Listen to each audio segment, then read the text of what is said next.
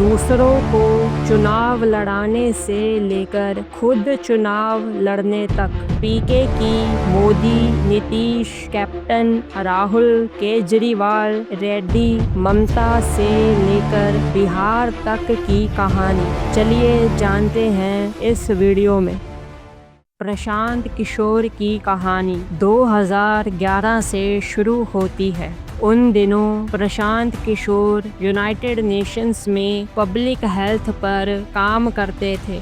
2011 में पीके गुजरात के सीएम मोदी की टीम से जुड़ जाते हैं। पीके एक इंटरव्यू में बताते हैं कि उन्होंने 2011 में गुजरात में कुपोषण को लेकर एक पेपर लिखा था, जिसके बाद उन्हें गुजरात सीएम ऑफिस से फ़ोन आता है और कुछ ही महीनों बाद वो यूनाइटेड नेशंस छोड़कर मोदी के साथ आ जाते हैं।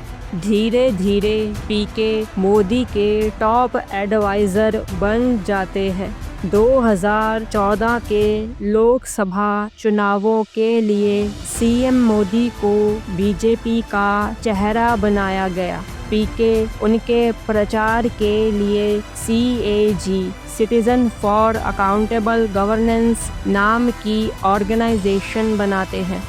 CAG ने मोदी के लिए कॉरपोरेट स्टाइल कैंपेन किया। डाटा का बड़े स्तर पर इस्तेमाल किया गया।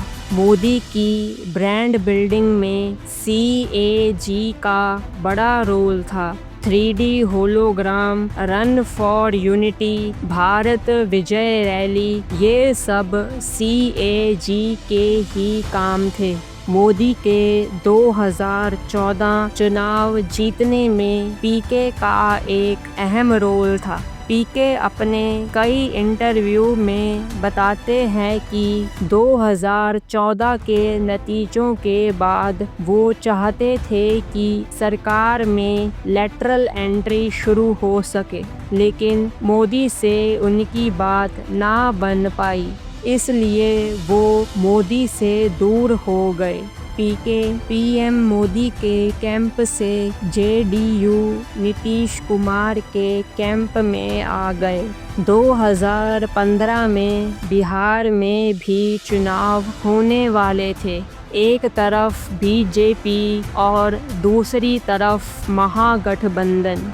इस चुनाव में पीके नीतीश का साथ देते हैं। CAG ऑर्गेनाइजेशन IPAC में बदल दी जाती है। पीके और IPAC नीतीश के लिए चुनावी प्रचार करते हैं। नीतीश और महागठबंधन चुनाव जीत जाता है।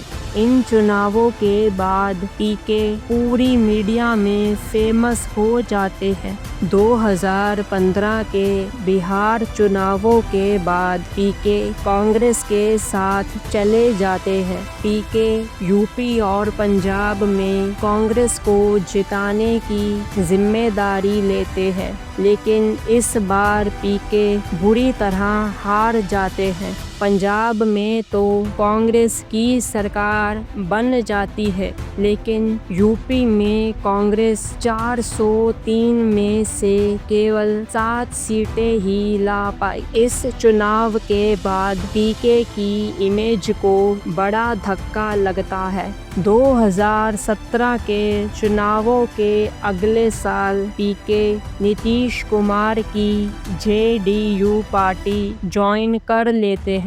16 सितंबर 2018 को पीके पार्टी ज्वाइन करते हैं और अगले ही महीने 16 अक्टूबर 2018 को पीके को पार्टी का वाइस प्रेसिडेंट बना दिया जाता है। JDU में आने के बाद पीके युवाओं को पार्टी में लाने और पार्टी की ऑर्गेनाइजेशन पर काम करते हैं। पीके अपने एक इंटरव्यू में बताते हैं कि उनका और नीतीश का रिश्ता पिता पिता और पुत्र के समान था, लेकिन 1-2 सालों में ही पीके और जेडीयू में सीएए और एनआरसी के मुद्दे को लेकर विवाद हो गया। पीके को 2020 जनवरी के महीने में जेडीयू पार्टी से निकाल दिया जाता है।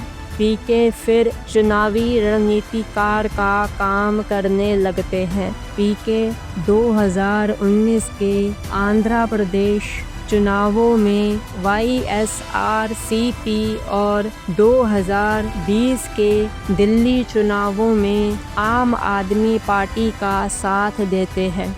दोनों ही पार्टियां अपने अपने राज्यों में चुनाव जीत जाती है। 2021 में वेस्ट बंगाल में चुनाव होने वाले थे। एक तरफ बीजेपी जो पूरे जोरों शोरों से चुनाव लड़ रही थी और दूसरी तरफ ममता बनर्जी। बीजेपी ने अपनी टॉप लीडरशिप 200 से ज़्यादा एमपी बंगाल जीतने में लगा दिए थे। बीजेपी की तरफ से 200 से ज़्यादा सीटें जीतने के दावे हो रहे थे। दूसरी तरफ ममता के साथ थे प्रशांत किशोर, जिन्होंने दावा किया कि बीजेपी 100 का आंकड़ा पार नहीं कर पाएगी और अगर ऐसा हुआ तो वो अपना काम छोड़ देंगे। चुनावों के नतीजे आते हैं। ममता ने 294 में से 213 सीटें जीत ली और बीजेपी केवल 77 सीटें ही ला पाई। 2 मई 2021 बंगाल जीतने के बाद पीके मीडिया में घोषणा करते हैं कि वो चुनावी रणनीतिकार के काम से संन्यास ले रहे हैं। अगले 1 साल तक पीके की कांग्रेस में जाने की बातें होती रही।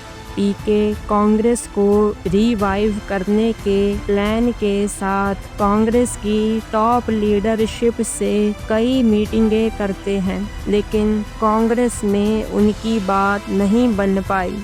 अंत वो अपने राज्य बिहार में मई 2022 को जन स्वराज अभियान की शुरुआत करते हैं। पिछले 3 सालों से प्रशांत किशोर इस ही अभियान के लिए बिहार में काम कर रहे हैं। उनकी पार्टी जन स्वराज पार्टी 2025 के बिहार चुनावों में एक अहम उम्मीदवार होगी। क्या पीके इस बार फिर से वही कमाल कर पाएंगे, ये समय बताएगा। वीडियो पूरा देखने के लिए आपका बहुत बहुत धन्यवाद। मिलते हैं अगली वीडियो में, तब तक के लिए जय।